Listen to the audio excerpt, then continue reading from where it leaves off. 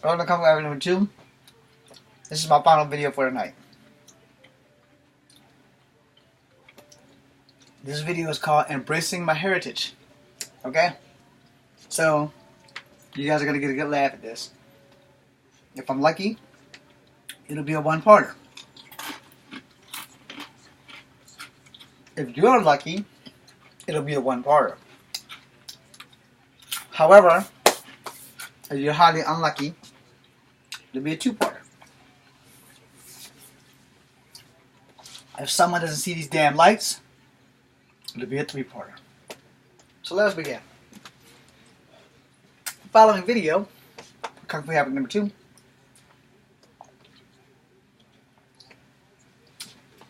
it's not really for kids under 13. So if you're 12 years old, please go watch something else. Thank you. I call this Embracing My Heritage because I have embraced my heritages on so many levels.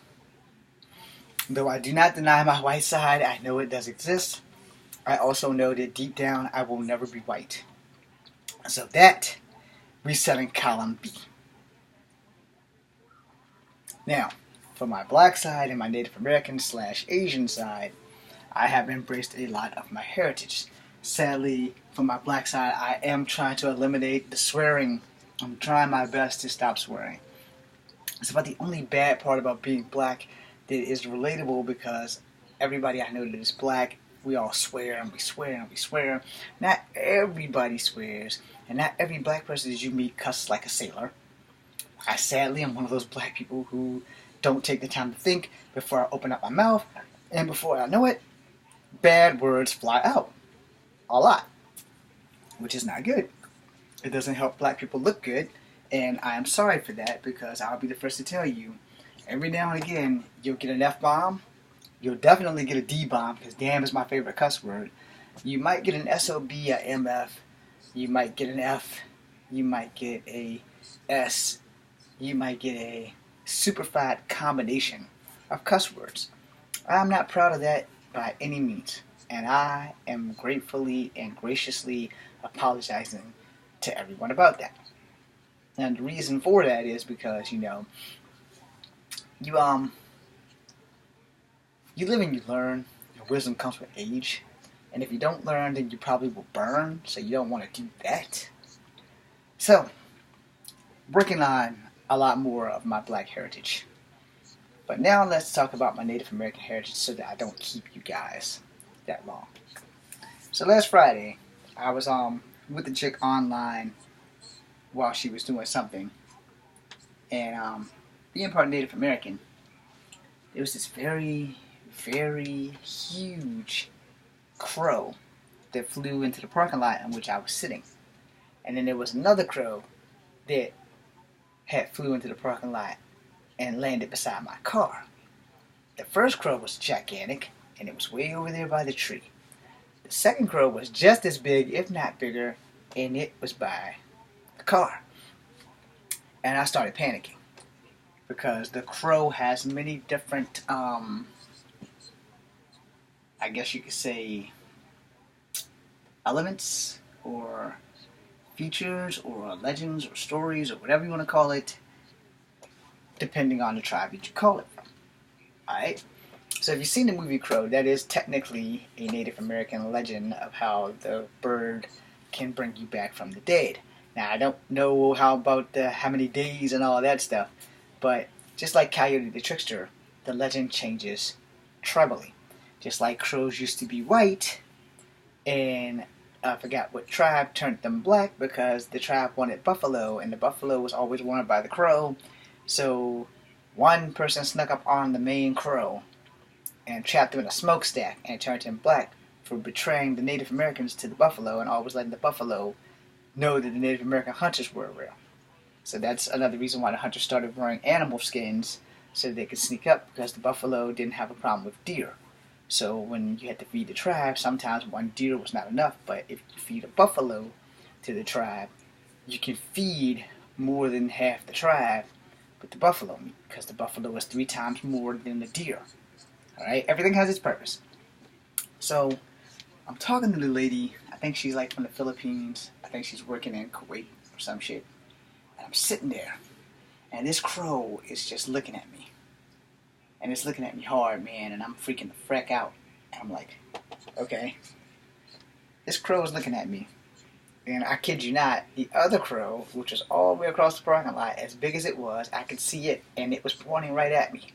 And the crow that's beside the car, he's outside the car. He's not on the car, but he's in the lot right next to the car where I can see him. And I'm like, okay, I don't remember what two crows mean, and I better find out.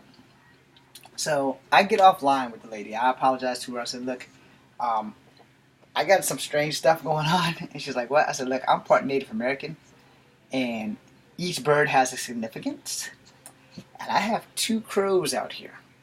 And I don't know if I'm in danger or what, but I need to get off this phone and Google this crap as fast as I possibly can. Now, I've had strange feelings with crows before. You know, when my sensei, Master Ennis, passed, I constantly kept seeing one crow. I really couldn't read it. I couldn't really understand what was going on. And I have been past embracing my Native American heritage. But this one crow, it seemed like everywhere I went that it was the same crow. I'm sure it wasn't the same crow.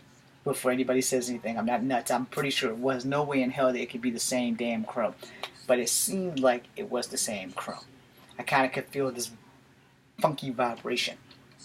When my cousins passed, I would see a lot of crows. And I got on to Google last Friday. And as long as it's not 6 crows or more, then I'm safe. Because crows are supposed to be birds of fortune, depending on whose tribe you ask. So when Google told me for Cherokee, which is an extension of the Iroquois, which I did not know that. I just thought Cherokee was Cherokee, but apparently Cherokee is a branch of Iroquois or some shit, unless Google is wrong. And I'm not saying Google is 1,000% right, but unless Google is wrong, this thing said that the crow for Iroquois, Cherokee, Crete, because Crete and Cherokee are brothers, and they are an extension of the Iroquois, according to Google. So I'm going to say according to Google, because, you know, I don't really know, and I don't really trust Google, but for that day, it calmed my nerves, because it's like, all right, well, if you have 2 crows, then your life is about to change, and you're either going to prosper, or things are going to lighten up. It didn't say anything bad, it just said that you're either going to prosper, or your load is going to get lighter. And I was thinking, because I've had the last 10 plus years, or 9 plus years, nothing but bad luck. And losing my father didn't help. And my dad's side and my mom's side, they don't really embrace our Cherokee heritage. I seem to be the only one in the family on both sides that literally embrace our Cherokee heritage. Now, I don't do any of the celebrations and everything, but I do acknowledge that we are Cherokee. And I do have Indigenous Day, which is coming up soon, in my calendar. But I also have Indigenous Filipino Day, Indigenous Samoa Day. I have a whole lot of Indigenous days in my calendar because when it comes down to it, Native Americans are Asian. So although I am Cherokee and I do celebrate National Indigenous Day, and I no longer celebrate Thanksgiving because of a Thanksgiving commercial with some Native American girls that flipped the damn table. And then there was a black family that really sunk in the Thanksgiving thing. I was like, oh wow, this is no longer my favorite holiday. But that's not here or there. So I read the thing on Google. 2 crows bring you prosperity and positive change, or it will lighten your load. Anything more than 6, and you probably should get a crucifix. And so I read that, and I'm like, okay. So I stopped panicking. And luckily, the girl was still online. And so I got back online with her. I explained everything, and she's like, okay, well, it's good that you embrace your heritage. I said, yeah, because sometimes people take superstitions for granted, and they don't follow them through. So I'm going to tell you another story that's slightly related to this, because I mentioned superstition. A long, long, long time ago, when my grandmother, my mom's mom, lived on East Market Street, I got a haircut from my uncle. And my grandma said, and my dumb ass didn't believe her, which is another reason why I embraced my Cherokee heritage. And I started, I'm not superstitious, but I am very, very cautious. So she goes, if you got your hair cut outside, you need to go outside and pick all that hair up. I was like, why? She said, because if the tiny birds, I don't know what their breed is, but she said more or less any bird that takes your hair, you're going to have a headache until your hair grows back. Yeah, I laughed that shit off. And I said, Grandma, that shit ain't real. That's not going to happen. And as I said that, I'm looking out the window. And so this could have been psychosomatic. But psychosomatic should not last for 2 fucking weeks. So I'm sitting there, and these little blackbirds, they weren't robins, but they were little blackbirds or brownish birds or whatever color. It's just a fucking bird. Yeah, I can't give you bird names. I know it wasn't a sparrow. I know it wasn't a robin. I know it wasn't a blue jay. I know it wasn't a cardinal. But it's just like a normal ass bird. About that time, I had got the majority of my hair up as I'm watching, you know. And that was just the hair that grew back in when I came in. The hair that was outside, there was still a little bit out there. And I didn't go get all of it. I got enough of it as that one bird picked up my hair and flew off. And I got to laughing about that shit as I balled up the rest of it, put it in the trash bag, and went on about my business. Within 15 minutes, I got a headache. Like right in the center of my head. I don't know if that's where the hair came from, but I got a headache. I got this monster fucking headache. So I said, Grandma, I need some aspirin. She said, you ain't get all that hair up, did you? I said, nah, I think a bird got a piece or two. She said, it don't need but one strand. I said, what? She said, yeah, if it's got more than a strand, your head's probably going to hurt for about 2 weeks. Here's your aspirin. So I took my aspirin. My head kept hurting. I asked for more aspirin and Grandma said no. I said, okay, but when I go home, I'm going to take some more aspirin. I shit you not. For about 2.5 weeks, the longer it took for my hair to grow, it seemed like forever, but for 2.5 weeks, my head never stopped hurting.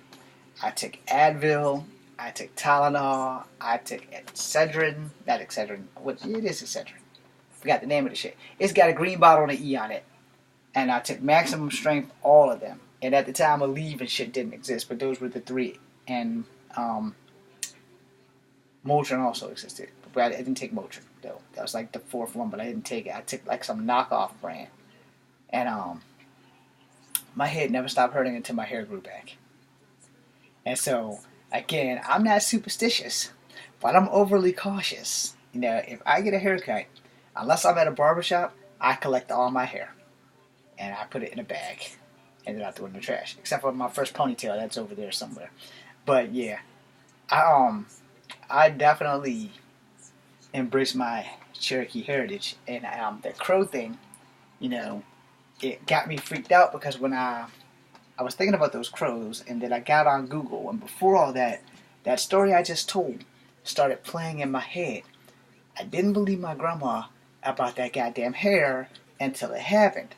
Like I said, I wasn't superstitious, but after it happened, I started questioning maybe there was some truth to these wise tales. So, I'm very cautious about my hair. And with the crows, I was freaked the fuck out because I hadn't seen some crows in a long time. I mean, I've seen them flying around, but they've never landed close to me like these two were. And the crow that scared me the most was the one closest to the car. I could just look out the window, he was right there. He wasn't at the car, but he was like one lot over, like you got a parking space, he was one space over. And the other crow was like way the hell over. And by the time I got off of Google, the crow that was right here flew over to the next crow that was over there. And it just never moved. They never ever moved until like the cars that were in the lot started leaving and then the crows left. And here I was, scared as shit. And after I talked to the girl on the internet, and she had to go to sleep, so I had to go to class. So I hung up. And I thought about that shit. And then I told my sensei about it. And then I went on in and we had class. And that was pretty much the gist of it. But yeah, I embrace my Cherokee heritage because it needs to be done. And you, out here, need to embrace your heritage. So if you are multicultural or if you're biracial like myself, embrace your heritage. You'll be amazed at the things you learn. And again, I don't know if Google is 1,000% right.